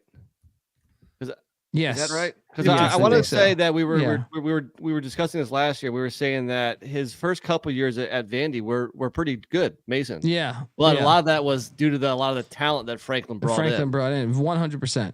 And look, I know Derek Mason was at Stanford, with Harbaugh, I think, if memory serves me correct. But he's 54. That's what I'm saying. Like, I guess maybe that's his prime. But if you haven't shown it by now, maybe for a school like Middle Tennessee, you do want youth movement with a guy who's like showing a ton of potential. If you're going to get rid, because here's the thing, you could never really fire Stockstill because he'd make 6 out of 7 years ago bowling.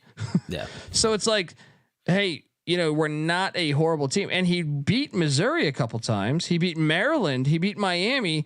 So it's like he's getting some key wins where they pay you $1 million to play. I don't know. Like I personally thought they would go for someone that was more cutting edge. Maybe I eat shit here and Derek Mason ends up winning.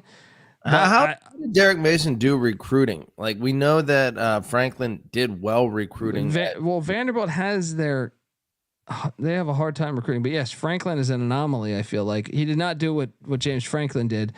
But I just feel like they're up against it, especially in the portal era. They can't bring in portal guys at Vanderbilt. Mason was there at the forefront of the portal explosion, so I don't know. Yeah, I think I agree with you. I don't see the high end potential on that hire. I kind of think, like I said, maybe Derek Mason's a better coach than I realize. When you're a coach at Vanderbilt, it's hard to grade how good a coach you are. True. And most of the conference kind of has hot shot offensive minded head coaches. I like getting a defensive guy as head coach. Zig when they zag. There you go. Let's go, Blue Raiders. Well, the non-con is home to Tennessee Tech. Shout out, happy birthday to GBO Farms, by the way. Tennessee Tech grad. Then at Ole Miss, then home to Duke. a home game against Duke. Duke. Here's what I can appreciate about Duke. They might be private school pussies on the hardwood, but they wanted to go play at Johnny Red Floyd Stadium, and I can appreciate Johnny Red Floyd Stadium, one of my favorite stadiums. Then at Memphis. By the way, can I just say this right now? They should. Will play they storm at the Memphis. field?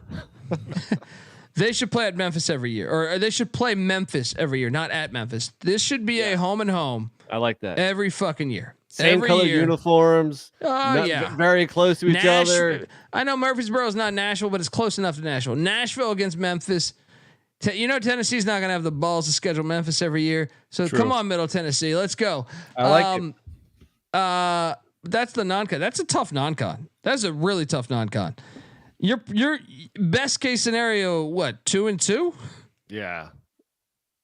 Yeah, You're going to be 1-3. 1-3. You're going to be 1-3. Yeah, let's face it. So let me now rattle off the schedule chronologically. Disappointing to me that I did think, as much as I like the Conference Tuesday, they failed us by having the 100 Miles of Hate rivalry game week 3 and not week 14. But idiots every year. Yeah. And wait, please tell me FIU or what is it? They're playing FIU. Please tell me FAU is playing Western Kentucky the last week of the season. I haven't looked at it yet. Well, FAU's in the AAC now, so the thing's all jacked up. But it's still a fail. Like it's okay. One of the benefits of the CUSA is you have a historic rivalry. You have two actually. You have New Mexico State and UTEP, and you have Western Kentucky, Middle Tennessee. Those have to be the final weeks of the season, in my opinion. And then I would argue Jacksonville State and Kennesaw, Florida, Georgia. Build call that it the thing. call it the Well, little Jacksonville- cocktail party. Well, Jacksonville State's actually Alabama, but close No, but enough. still, the little cocktail Good party still point. sounds All right. good because they're the cocks. They're the cocks. You And know, they're- Jacksonville's yeah. involved with it. Yeah, there you go. Um, Little cock party. Okay, yeah, the little cock party. Patty, so you know about those. been to But- a bunch of those. Yeah, I mean, big failure. You could do Florida International and Kennesaw and call it the little cocktail party too. But either way, week 3. So their schedule: week 1, home to Tennessee Tech; week 2, at Ole Miss in the Lane Train; week 3, 100 Miles of Hate. They're hosting Western Kentucky. Week 4, they're hosting Duke. Week 5, they're at Memphis. Then they get a bye week. Week 6, then they're at Louisiana Tech. Then home to Kennesaw State. Then at Jacksonville State, followed by a back-to-back away because they're then heading to the Sun Bowl to take on UTEP. Then home to the Flaming Libs of Liberty, week 11. Then they get a bye week. Then they're home to New Mexico State, and then they're at Florida International to end the season. And another thing that I want to note here is Middle Tennessee avoids Sam Houston State, which you think, oh, that's great.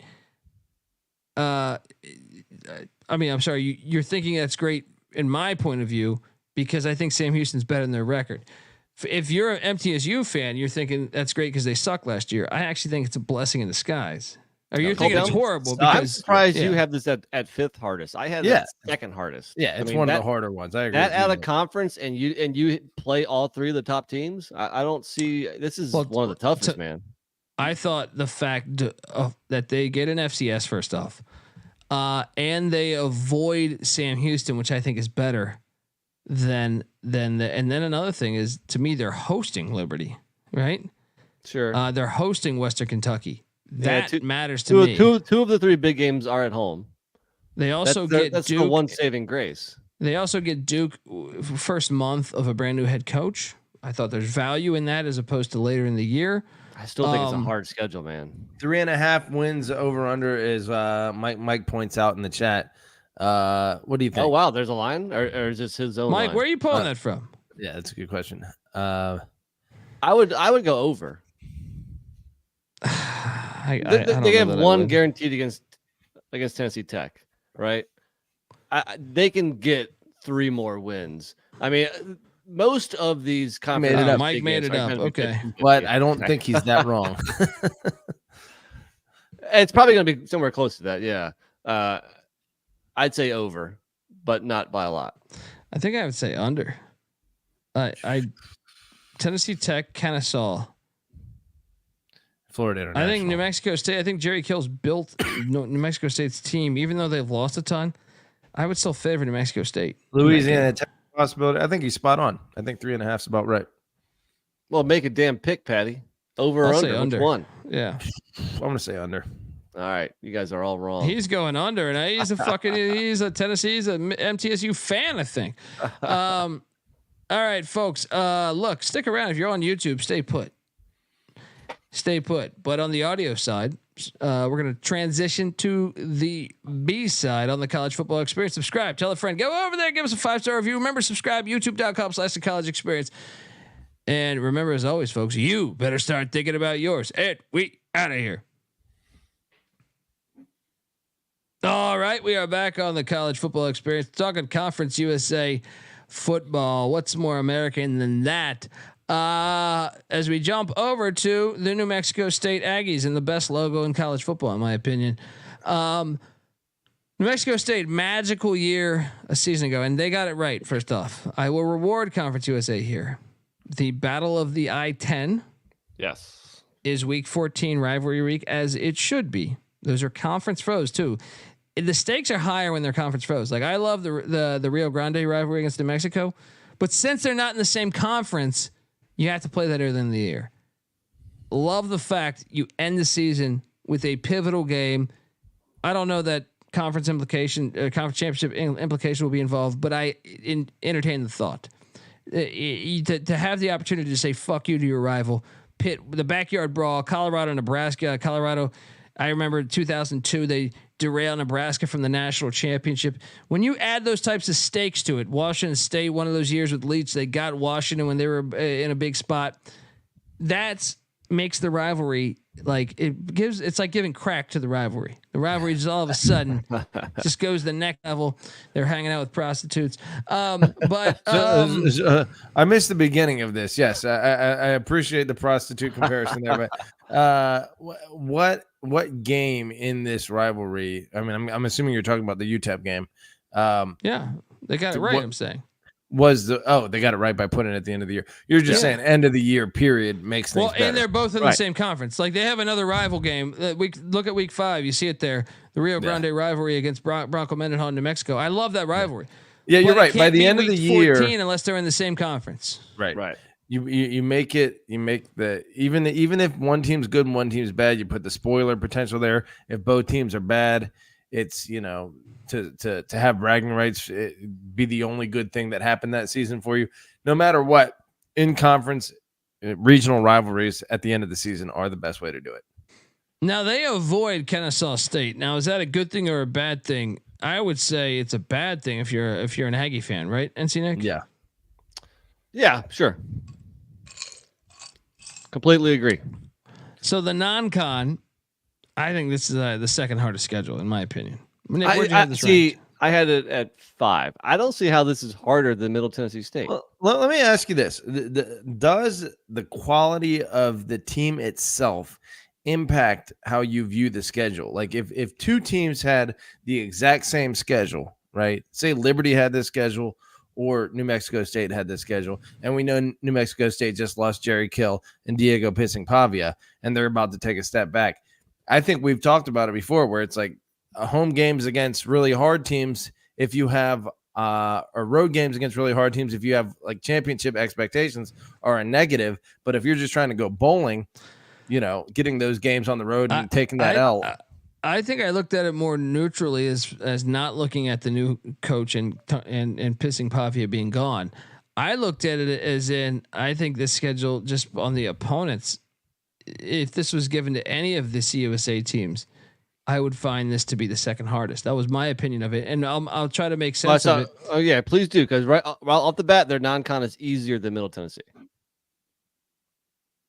You sure? Yes. Who's better?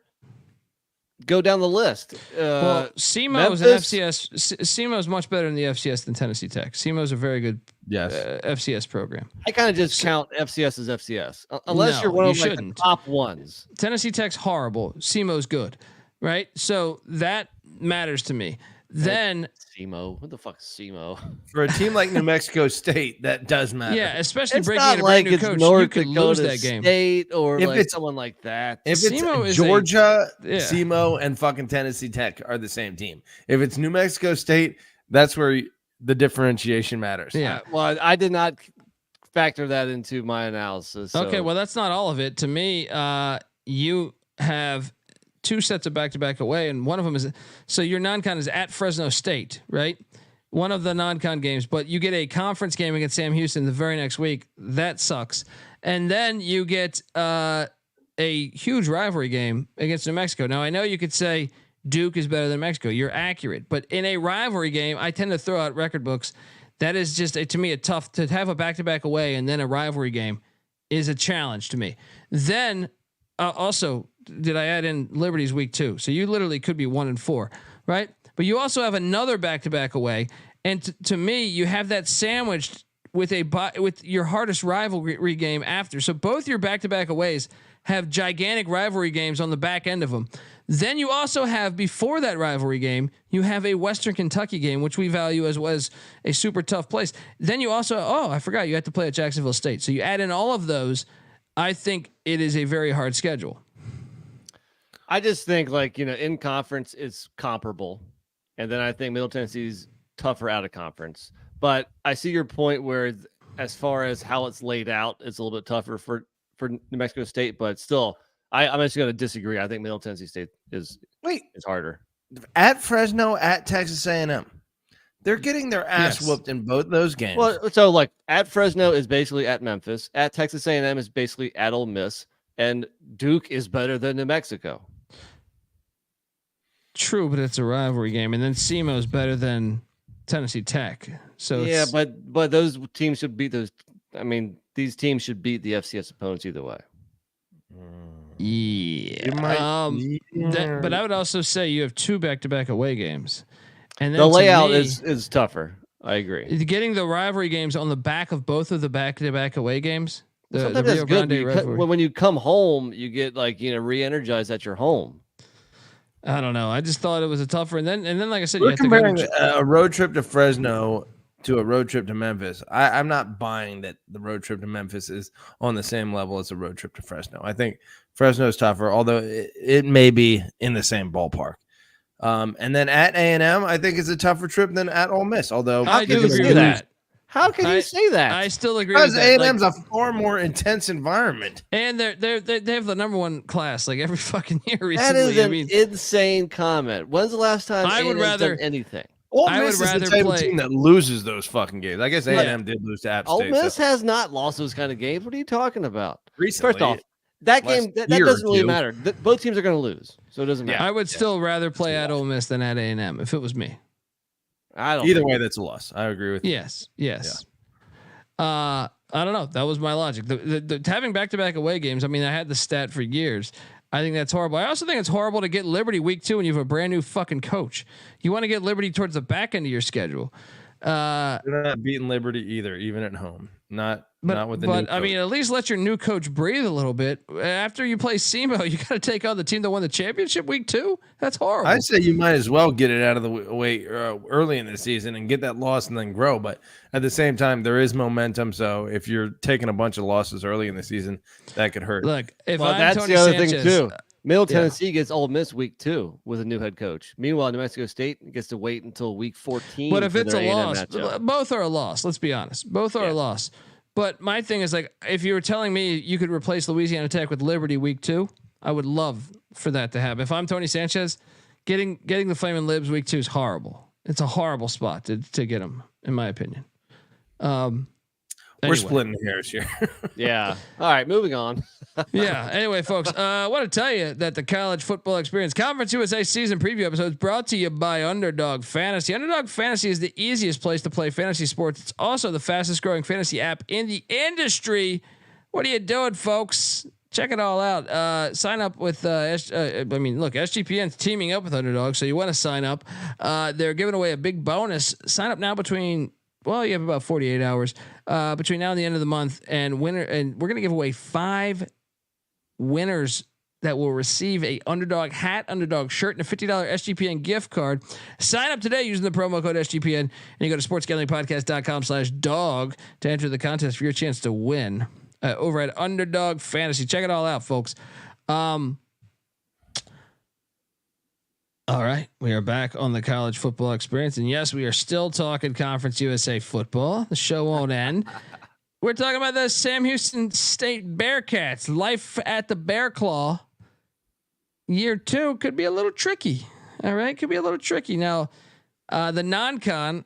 By the way, I had this as 6th easiest schedule, or 4th easiest, 6th hardest schedule. The non-con at Rice, EJ Warner. Kurt Warner's son, now the new quarterback, taking over for JT Daniels after he played his yearly 3 games. And then at UCF. So starting your season with back-to-back away. And look, this is one that was a hard one for me to grade, NC Nick. I don't know about you, but they have 6 road games, but it's almost 7, 6.5 road games because of the Texas State neutral in Houston. So the non-con goes like this: at Rice, at UCF, home to Hawaii, and then a neutral against Texas State. No FCS, which I thought was fucking brutal. But at the same time, I'm like, think that's a neutral game? Do you think Texas State is going to travel hard from San Marcos and pack out that stadium in Houston? No, those fans were lit last year. I'm just saying, Sam Houston's what, 45 minutes from Houston. So, right, that's going to take. Are they going to travel that far for a Texas State game? Probably an empty game either way. You're probably right. Yeah, it's at the Texan Stadium too. But anyway, yeah, 1/4 full. Let's be honest. Either way, you're not playing at FCS, and that makes it harder to me. But at the same time, you're Sam Houston State, and like I said, I do think they're going to be better this year. But you those also are all avoid, losable games. Yeah, and you avoid Middle Tennessee State. I almost think you want Middle Tennessee State on the schedule with a brand new head coach, but maybe I'm crazy. Now, the one good thing is that if you're going to have a back-to-back, might as well have it week 1 and 2. You know, that's well, not they have another bad. back-to-back week 12 and 13, and that one's pretty brutal. Yes, at least they're 2 kind of like option like teams. They're losing their last 3 games. I don't know. They could go into Kennesaw State and get a W. On the bye week, that helps you get the bye week before it. Patty, need I remind you, they should have won at Liberty last year in year 1. Yeah. And they get them at home this year? Hey. All right. No one goes into the Flaming Libs never go into the Bear Claw and get a dub. Yeah, so let me rattle this off. At Rice week 1, at UCF week 2, home to Hawaii week 3, home to New Mexico State week 4, then the neutral against Texas State at NRG, whatever the fuck that shit's called, week 5. Week 6, they're heading to the Sun Bowl to take on UTEP. Week 7, they get a bye week. They come out of the bye week, you're home to Western Kentucky.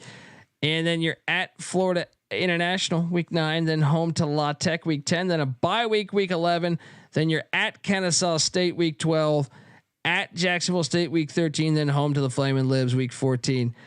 I mean, I thought it was a tough schedule. I understand there's a lot. You could say there's no Power 5s. UCF's a recent Power 5, so I understand the argument there, but you got 1 Power 5 technically right now.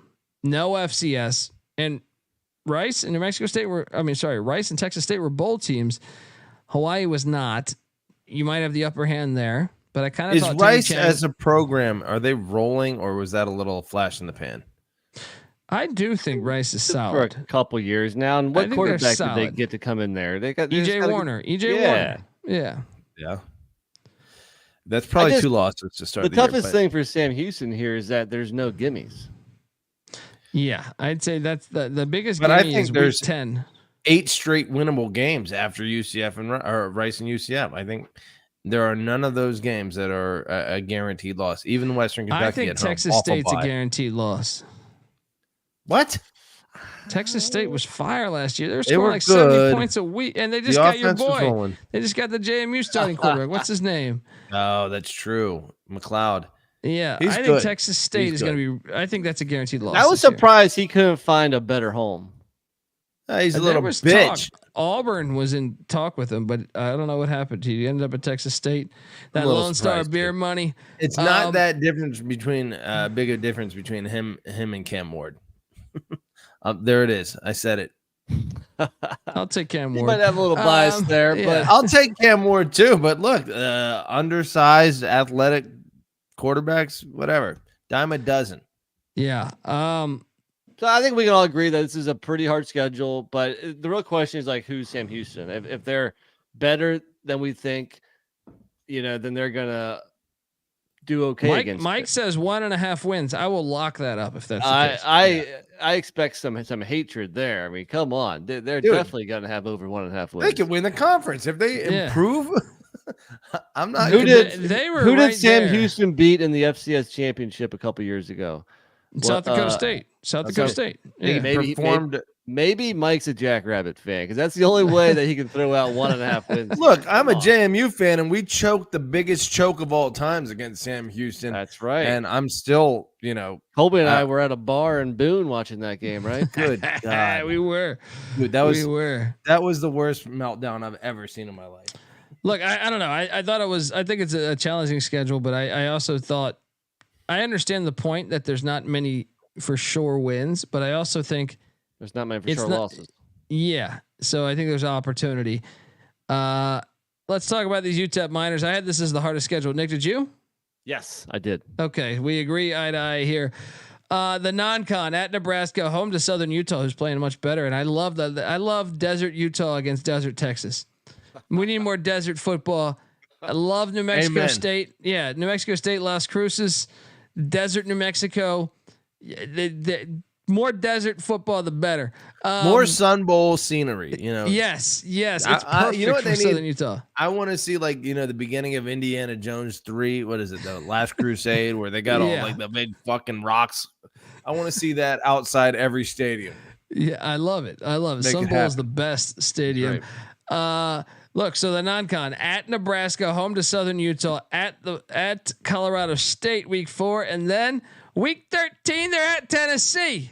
Whoo! Before the rivalry game, that non-con 3 away games. That's the hardest non-con to me.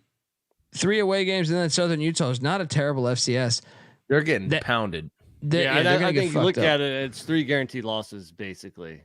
I mean, some people might not say Colorado State's that good, but there's no way year 1 new coach, against year 3. Norvell is going to get that thing. Yeah. He's a proven winner. You'd rather play Tennessee week 4 than Colorado State. Like Colorado State went week 13. Yeah, they do avoid Jacksonville State though, so that's a good thing. That is true, but to me, the fact that you have the big thing, 7 road games. They're the only team in all of the Conference USA that plays 7 road games. That's insane. You only have 5 home games. And you have such a good home stadium. Come on. I know. You're killing me more here. Games there, damn it. You're killing me here.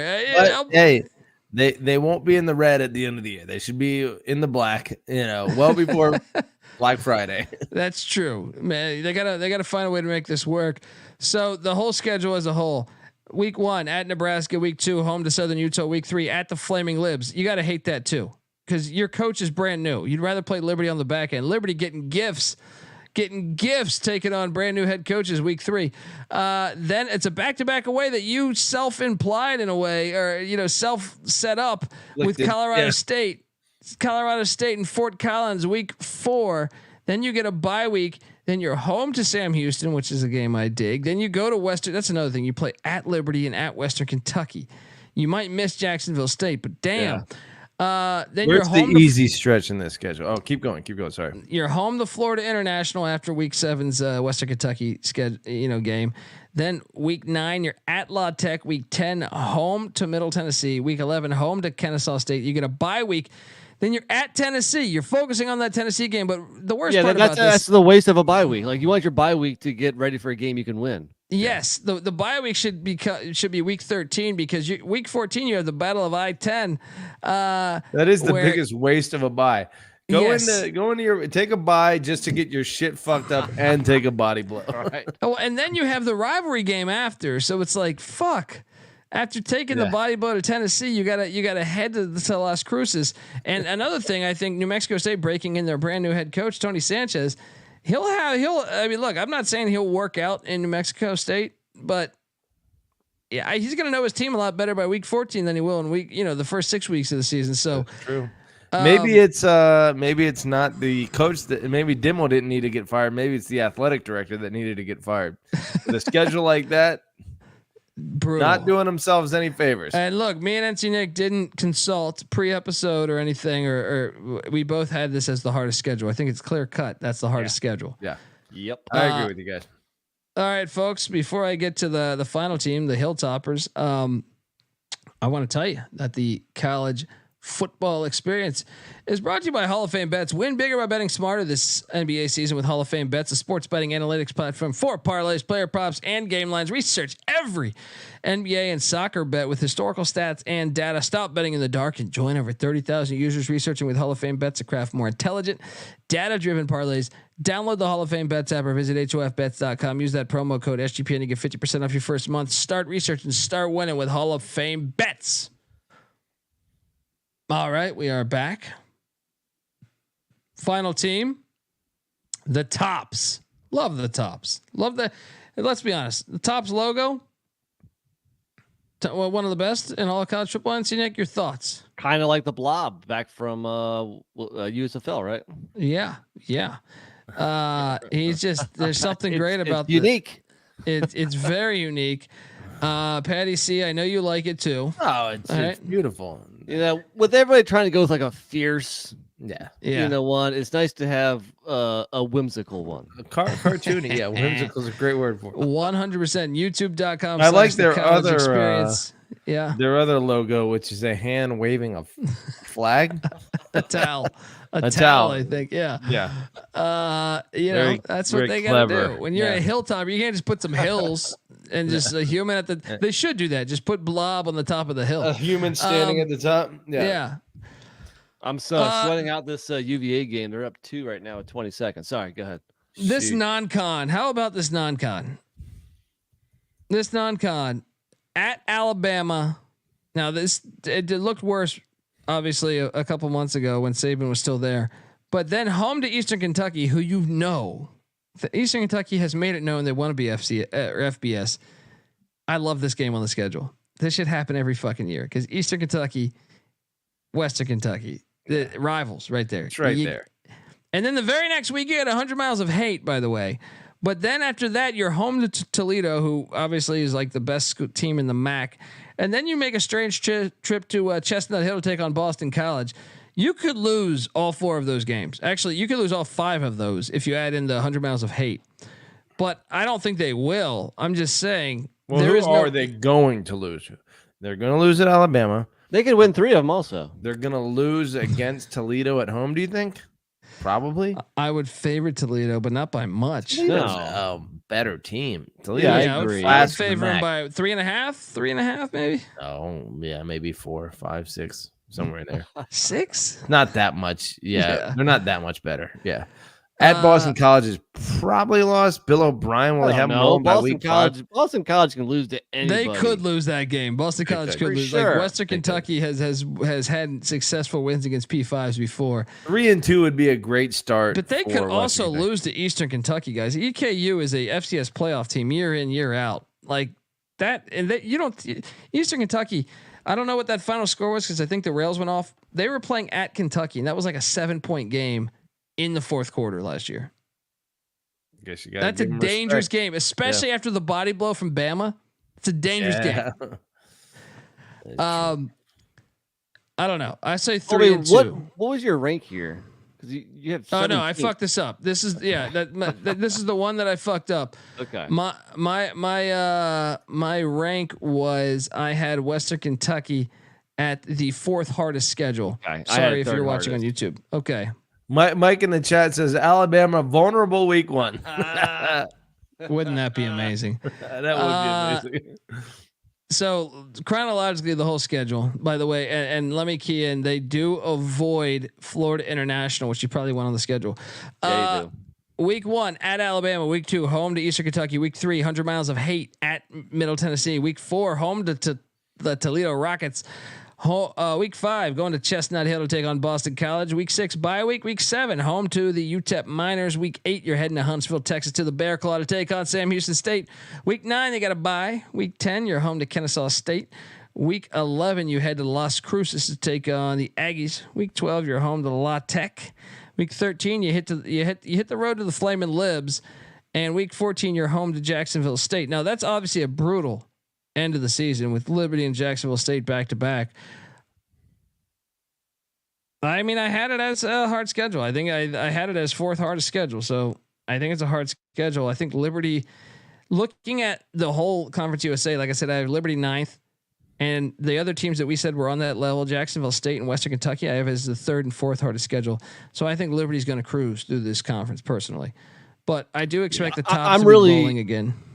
I'm really interested because I thought Western Kentucky's record last year was probably better than they actually were. I think towards the end of the year, they were really falling off. That offense was not, humming like it was for the 2 years before that. The defense has always been questionable left there. Who was the OC that left there? Yeah, the head coach Arbuckle. He went to Washington State. Yeah. So and then the year before that was DJ Kinney. Kitley, right? Oh yeah. Oh no, Zach Kitley. It was Zach Kitley. You're yeah, right. Kitley, right? It wasn't DJ Kitley. Zach Kitley, who's Texas Tech's OC. Yeah. And they've taken hits. We think Austin Reed has graduated, so there might be a new quarterback. I think he's done, but you never know. College athletics, you can get a waiver for your 12th year. I swear it's hard to track these days. Well, the other thing about this, there's no break in the schedule. You're getting slapped like. Yeah, I mean the biggest break is the middle of the schedule where there's 2 buys in 4 weeks. But and getting UTEP before the bye is nice, but yeah, or after the bye rather. They'll win that at home. But other than that, like I don't think there's 3 guaranteed wins in a row anywhere on the schedule. Let alone maybe even 2. It's a tough slate here. Now, if I said who is your Conference USA championship game, are we all going to have the same 2 teams? Because I don't have Western Kentucky in it. They missed it last year. I don't have it in it. I actually, you want a hot take? I think Sam Houston is going to be better than Western Kentucky this year. Okay. I thought you were going to say Sam Houston in the championship game. I think it's worth, there's no odds out yet, but I think they're going to have horrible odds, and I think they're a lot better than their record. You want value? I think Sam Houston, and if you want another crazy value play, it's Florida International. Yeah. I think Jacksonville State, Liberty. Jacksonville State Liberty, yeah, for sure. I think they're the best 2 teams. I think I kind of agree with Colby that Sam Houston has some appeal, especially because they were 1-7. No, what was Sam Houston? They're 2-6. They were 2-6 in conference last year. Probably not getting a lot of love. That has some appeal. Yeah. Well, just because it was year 1, and it's like you were in all those games, you had to gain some experience of being in those close games. Yeah. A lot of times you see a team, years of doing this, when you see a team lose small for a year and then the next year, you normally see the biggest record differences on that. Right. They learn that, hey, we're in this close game. How can we right these wrongs from fucking this up for a whole year? Yep. And I think this is where we need the Arnold Schwarzenegger learning computer fucking clip. Do you have that one? I might, but I definitely have some Arnold stuff here. I think let's go with what is best in life: to crush your enemies, see them driven before you. Because last year Sam Houston State was struggling in all their close games. They kept saying, "What the fuck did I do wrong? Tell me what I did wrong." All right, folks, we are the College Football Experience. We'll be back next week talking. I know we got to do the AAC, the Mountain West, the MAC have to release their schedules. Sunbelt, but also we want to do what was the title you were giving this episode, Nick, that we were talking about? The hot takes where we pull hot takes out of a hat like we did last year a couple times. Lovely. And by the way, they're talking about a 14-team playoff. I keep seeing reports about this 14-team playoff starting in. Let me get this from you, Colby, because you say 68 in college basketball is enough. Let me do the quick math on here. There's how many teams? Like 355 in college hoops. 362. 362. Okay, so that is 18.7%. And then how many teams in college football now? 133. Here's the difference when we're doing that math, Patty. Automatic qualifiers. I was about to say that to me. 187. Everybody in college basketball that'd be 20, is in a playoff. 24.8. Essentially 25 teams is the equivalent to the current 68 team playoff. No, but you're 32 is what you 32 because you have to have the auto bids. No, 24 is what they do in college and FCS. Yeah, but now- D2 and D3 do 32, and the FCS is talking about expanding. You have to have 10 auto bids. You have to make the games valuable in the Conference USA. Yes. So to me, you can't say take 24 teams and just vote them in because they've proven to be so corrupt over the years. You can do 10 conferences with 10 auto bids and still have 14 at larges and 24 be enough. You don't have to go to 32. See, but where I find it different is you have 32 college basketball games. When you have 32 college basketball conferences. And no, 32 games you play too. A lot of times 30, 32 games, somewhere in between that mix. What are you talking about? In the tournament or? No, in the regular season. So you get a bigger season. sample size. Like to me, when you only play 12 games or you have 13 weeks or whatever, 14 weeks, then you have such a schedule. Look at Liberty this year. Look at there's certain teams. So to me, I think you need to cast. I think 32 is I know Mike Leach, friend of the program, rest in peace, wanted 64.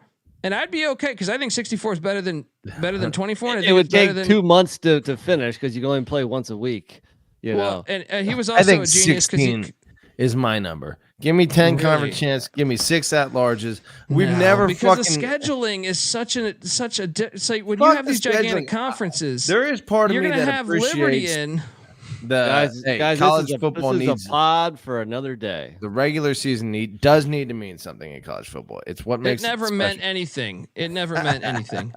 I would argue that all day. And we'll do that on another episode because I completely disagree. I think 16 is to me still very disrespectful. And to me, the fact you look at Ohio State's schedule this year, they only have 4 away games. You have other teams playing 6 or 7.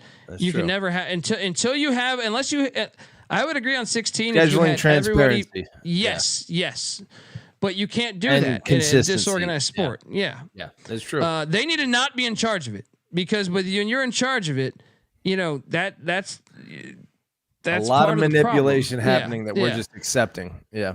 So, folks, though, we'll talk about that on another episode. As obviously they're thinking about moving to 14 after 2 years of the 12, which is hilarious because they still haven't played a game. But give Patty C a follow on Twitter at PattyC831. NC Nick's on Twitter at NC__NICK. I'm on Twitter at TheColbyD. Give us a follow. The College Football Experience is on Twitter at TCE on SGPN. We'll be back in an hour talking college basketball. February 29th, leap year. Of course, we're going to talk about that. Every night we talk college hoops on the College Basketball Experience. Tomorrow we'll also be live with the College Baseball Experience and the FCS College Football Experience. Subscribe to those solo platforms, but we all come together as one on YouTube, youtube.com/the College Experience. Check out the Sports Gambling Podcast as we do a bunch of work over there, obviously, as well. They're part of the family. Check out all that good stuff. And this off-season debates are already starting. Patty's getting me riled up. Lacrosse? Are we going to do hockey at some point? We got to get these things rolling. We will have a Frozen 4 podcast, I think. But as far as lacrosse, no. It's only like a part of the country that plays lacrosse. That's like saying Frisbee golf. Then are we going to do Frisbee golf? Right. Yeah. Folks, until next time, this is the College Football Experience. You better start thinking about yours. And we out of here. Run and shoot. We can really run and shoot. And the whole team's looking and the whole world's looking with the cameras. Run and shoot. We can really run and shoot. And you know what you're getting.